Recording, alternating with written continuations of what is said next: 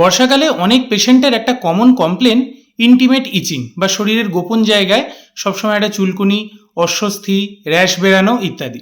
আপনারা অনেকেই জানেন যে এই রোগগুলি মূলত কিছু ফাঙ্গাস বা ব্যাকটেরিয়া জনিত কারণে তৈরি হয়।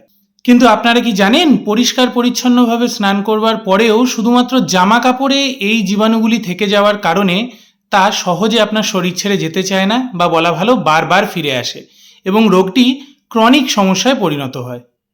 এর হাত থেকে মুক্তি পেতে কি করবেন শুনে নিন ভালো করে। আমাদের ব্যবহার করা ইন্টিমেট কাপড়গুলি অর্থাৎ গেঞ্জি, জাঙ্গিয়া, মোজা, রুমাল ইত্যাদিকে সাবানে ভালো করে কাচতে তো হবেই, তারপর ধুয়ে নেওয়ার পরেও মিনিট 20 গরম জলে ভিজিয়ে রাখতে হবে।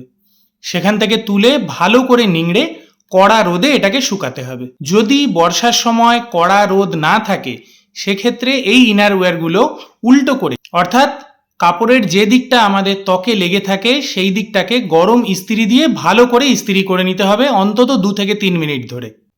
কড়কড়ে করে শুকনো করে নেওয়ার পর সেটি আবার ব্যবহারের উপযোগী হবে। এভাবেই আপনার জামা কাপড় পরিষ্কার পরিচ্ছন্ন রাখার মাধ্যমে ইন্টিমেট ইচিংয়ের সমস্যার থেকে দূরে থাকুন। ধন্যবাদ।